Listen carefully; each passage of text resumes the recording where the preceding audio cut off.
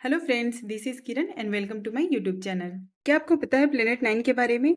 ये एक hidden planet है हमारे सोलर सिस्टम में। वैज्ञानिकों का मानना है कि एक हिडन प्लेनेट मौजूद हो सकता है हमारे सोलर सिस्टम में, जो नेपच्यून के बाहरी छोर पर बहुत दूर स्थित हो सकते हैं। हालांकि इस प्लेनेट को अभी तक स्पष्ट रूप से देखा नहीं गया है, लेकिन वैज्ञानिकों का यह मानना है कि ये हिडन प्लेनेट बहुत बड़ा रोल प्ले कर सकता है। प्लेनेट 9 एक हाइपोथेटिकल नाइन्थ प्लेनेट है in the outer region of the solar system. Planet 9 उस अनुमानित विशाल ग्रह को दर्शाता है जो सोलर सिस्टम के बाहरी छोर पर नेपच्यून के ऑर्बिट से भी बहुत दूर स्थित हो सकता है। नेपच्यून 8th और सबसे दूर का ग्रह है हमारे सोलर सिस्टम में।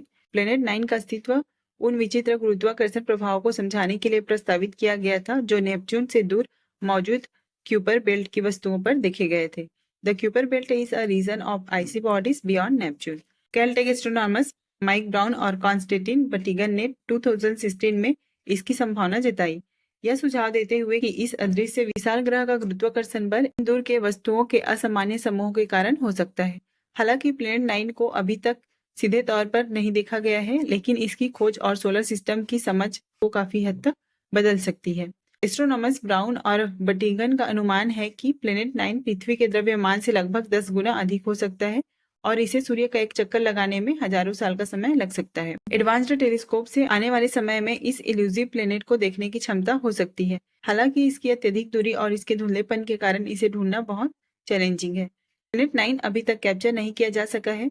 पावरफुल न्यू टेलीस्कोप इसकी स्थिति का पता लगाने में सक्षम हो सकती है, ऐसा एस्ट्रोनॉमर्स का कहना है। एस्ट्रोनॉमर ब्राउन कहते हैं कि जब तक आप इसे देख नहीं लेते तब तक 100% श्योर होने का कोई और दूसरा तरीका नहीं है कि यह ग्रह मौजूद है।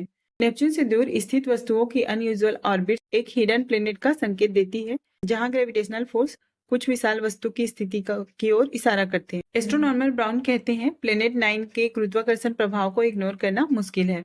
एस्ट्रोनॉमर्स ने नेपच्यून से बहुत दूर स्थित वस्तुओं की ऑर्बिट्स में अजीब मोड देखे हैं जो प्लेनेट 9 के संभावित अस्तित्व की ओर इशारा करते हैं। आगे एस्ट्रोनॉमर ब्राउन कहते हैं कि इन ऑर्बिट्स का प्लेनेट 9 के बिना कोई मतलब नहीं बनता। अपकमिंग वीरा सी र्यूबिन ऑब्जर्वेटरी से उम्मीद की जा रही है यदि प्लेनेट 9 मौजूद है तो इसका द्रव्यमान पृथ्वी से 7 गुना अधिक हो सकता है और ऑर्बिट इतनी हो सकती है कि इसे सूर्य की परिक्रमा करने में हजारों साल लगेंगे।